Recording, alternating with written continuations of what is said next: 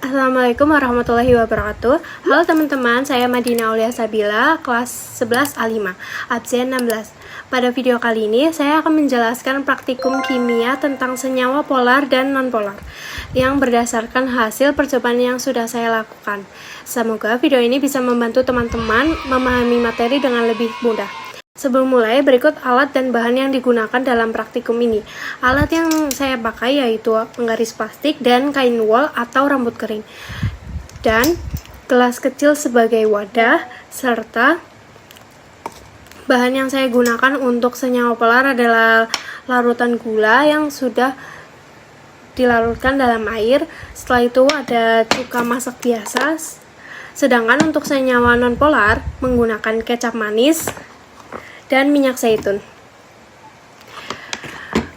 Yuk kita mulai praktikum dan pembahasannya. Oke, yang pertama-tama saya akan melarutkan antara gula dan air.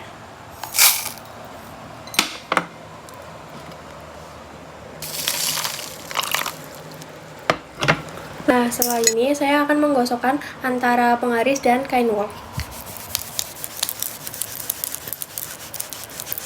Kenapa?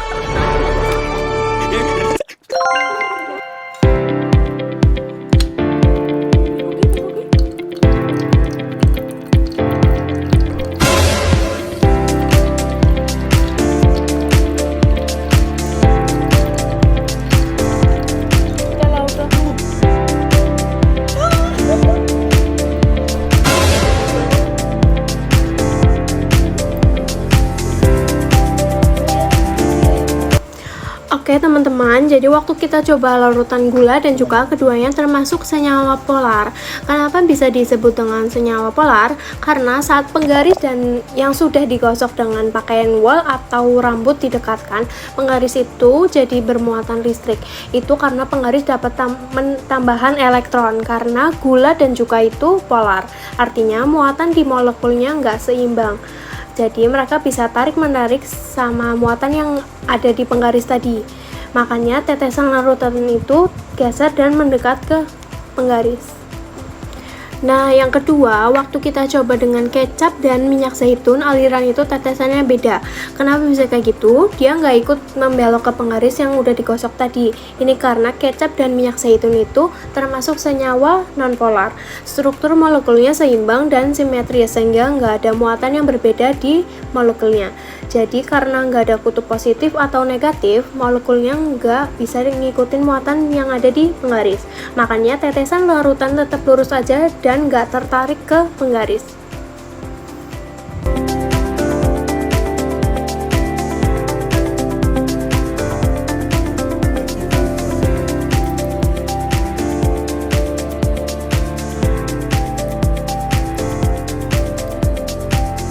Nah, lanjutnya teman-teman, untuk campuran polar dengan polar saya makainya cuka dan larutan gula. Keduanya gampang banget nyatu atau bercampur nih, soalnya keduanya punya muatan yang sama-sama nggak seimbang, jadi molekulnya saling tarik-menarik. Oke, lanjut buat nonpolar dan polar. Ini saya makanya cuka sama minyak zaitun. Ini nggak bisa nyatu alias nggak bisa bercampur ya guys, karena molekul yang polar cuma bisa larut sama molekul polar juga. Begitu juga dengan yang nonpolar. Jadi kalau dicampur beda tipe begini bakal kepisah atau nggak nyatu. Terakhir untuk campuran nonpolar dengan nonpolar, saya makanya minyak zaitun dan kecap. Biasanya bisa bercampur dengan mudah, tapi di video saya mereka nggak nyatu. Itu karena kecap mengandung air dan bahan lainnya yang bikin sifatnya berbeda. Jadi walaupun nonpolar, kecap nggak murni nonpolar, sehingga sulit nyatu sama minyak zaitunnya, seperti yang di video ini.